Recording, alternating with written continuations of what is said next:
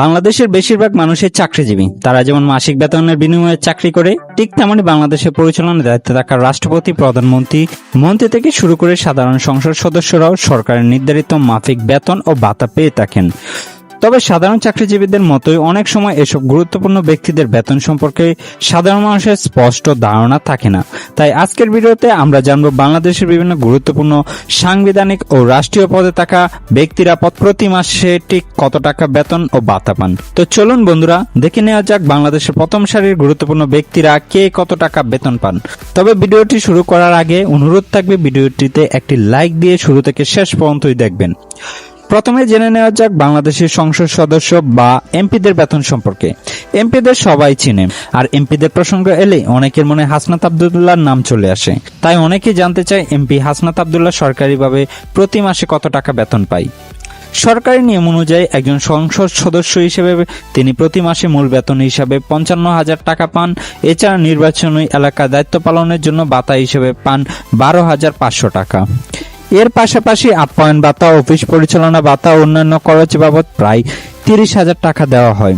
পরিবহন ভাতা হিসেবে প্রতি মাসে আরো 70,000 টাকা পান।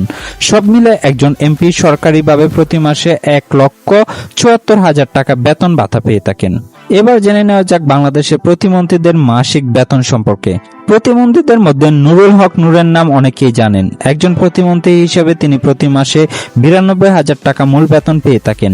এছাড়া আবাসন ভাতা, দৈনিক ভাতা, যানবাহন সুবিধা, চিকিৎসা বাবদ বিভিন্ন সরকারি সুযোগ সুবিধা ভোগ করেন। চলুন এবার জেনে নেই বাংলাদেশের মন্ত্রীদের মাসিক বেতন কত। বর্তমানে স্বরাষ্ট্রমন্ত্রীর দায়িত্ব পালন করছেন সালাউদ্দিন আহমেদ। একজন পূর্ণমন্ত্রী হিসেবে তিনি প্রতি মাসে সরকারিভাবে 1,05,000 টাকা মূল বেতন পান। এছাড়া নিজের পছন্দ অনুযায়ী একজন একান্ত সচিব, একজন সহকারী একান্ত সচিব, 2 জন ব্যক্তিগত কর্মকর্তা এবং প্রয়োজনীয় নিরাপত্তা সুবিধা পান। পাশাপাশি বাড়ি ভাড়া, দৈনিক ভাতা, যানবাহন সুবিধা, চিকিৎসা খরচ সহ অন্যান্য সরকারি সুবিধাও ভোগ করেন। এছাড়া নিজ নির্বাচনী এলাকা ও জনকল্যাণমূলক কাজের জন্য বছরে 10 লাখ টাকা সরকারি বরাদ্দ পেয়ে থাকেন। এবার আসি জাতীয় সংসদের চিফ হুইলের বেতনের প্রসঙ্গে। বর্তমানে বিরোধী দলীয় চিফ হুইল হিসেবে দায়িত্ব পালন করছেন নাহিদ ইসলাম।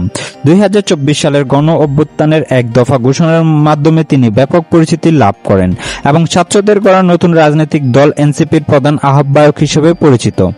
চিফ হুইল হিসেবে তিনি একজন পূর্ণমন্ত্রীর সমমর্যাদায় বেতন, ভাতা ও সুযোগ সুবিধা পেয়ে থাকেন।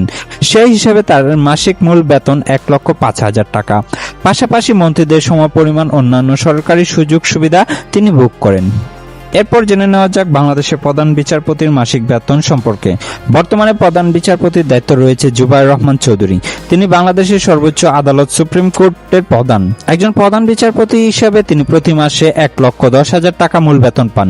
এছাড়া বিশেষ ভাতা হিসেবে 25,000 টাকা, আপ্যায়ন ভাতা হিসেবে 12,000 টাকা, চিকিৎসা খরচ বাবদ 5,000 টাকা পান। পাশাপাশি সরকারি বাসভবন ও পুলিশ ও বিশেষ নিরাপত্তা বাহিনী প্রটোকল সহ অন্যান্য সুযোগ সুবিধা ভোগ করেন। এবার জেনে নেওয়া যাক বাংলাদেশের স্পিকারের বেতন সম্পর্কে। সংসদের কার্যক্রম পরিচালনার ক্ষেত্রে স্পিকারের ভূমিকা অত্যন্ত গুরুত্বপূর্ণ। বর্তমানে বাংলাদেশের পার্লামেন্টের স্পিকার হলেন হাফিজ উদ্দিন আহমেদ। তিনি প্রতি মাসে সরকারিভাবে 1,12,000 টাকা মূল বেতন পান। এটি তার নির্ধারিত ফিক্সড স্যালারি। এবার আসি বিরোধী দলীয় নেতার বেতনের প্রসঙ্গে। বর্তমানে জাতীয় সংসদের বিরোধী দলীয় নেতা হলেন শফিকুর রহমান। তার নির্দিষ্ট বেতনের তথ্য প্রকাশ্যে পাওয়া না গেলেও সাধারণ নিয়ম অনুযায়ী তিনি একজন পূর্ণমন্ত্রীর সমমর্যাদায় বেতন, ভাতা, সরকারি বাসভবন, গাড়ি ও অন্যান্য সুযোগ সুবিধা ভোগ করেন। সেই হিসাবে তার মাসিক মূল বেতন 1,05,000 টাকায় ধরা হয়। এবার যার বেতনের কথা জানবো তিনি হলেন বাংলাদেশের প্রধানমন্ত্রী তারেক রহমান। অনেকে জানতে চায় প্রধানমন্ত্রী হিসেবে তিনি প্রতি মাসে ঠিক কত টাকা বেতন পান। সরকারি নিয়ম অনুযায়ী প্রধানমন্ত্রী প্রতি মাসে 1,15,000 টাকা মূল বেতন পান। এছাড়া বাড়ি বাবদ 1 লক্ষ টাকা, দৈনিক ভাতা হিসেবে 3,000 টাকা পান। পাশাপাশি আপ্যায়ন ভাতা, যাতায়াত সুবিধা, চিকিৎসা সুবিধা এবং সার্বক্ষণিক পুলিশ এবং বিশেষ নিরাপত্তা বাহিনী প্রটোকল সহ বিভিন্ন সরকারি সুযোগ সুবিধা ভোগ করেন। অবশেষে জেনে নেওয়া যাক বাংলাদেশের রাষ্ট্রপতির বেতন সম্পর্কে। বর্তমানে বাংলাদেশের রাষ্ট্রপতি হলেন মোহাম্মদ শাহাবুদ্দিন। রাষ্ট্রপতি হিসেবে তিনি দেশের সর্বোচ্চ নির্ধারিত বেতন এবং সরকারি সুযোগ সুবিধা পেয়ে থাকেন। প্রতি মাসে তার মূল বেতন 1,20,000 টাকা। এছাড়া প্রতি মাসে 2,05,000 টাকা বিশেষ খরচ বাবদ বরাদ্দ পান। পাশাপাশি রাষ্ট্রীয় বাসভবন, পারিবারিক ব্যয়, ট্যাক্স মুক্ত সুবিধা, যাতায়াত, বিদেশ সফর, চিকিৎসা, অন্যান্য সব ধরনের সরকারি ব্যয় রাষ্ট্রই বহন করে। এছাড়া দরিদ্র, অসহায়, দুস্থ ও প্রাকৃতিক দুর্যোগে ক্ষতিগ্রস্ত মানুষের সহায়তার জন্য তিনি প্রতি বছর 2 কোটি টাকার একটি বিশাল তহবিল পান।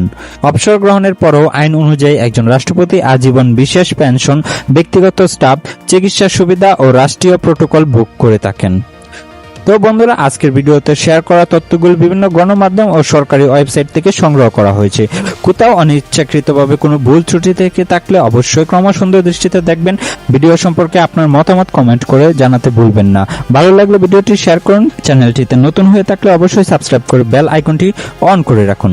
ধন্যবাদ।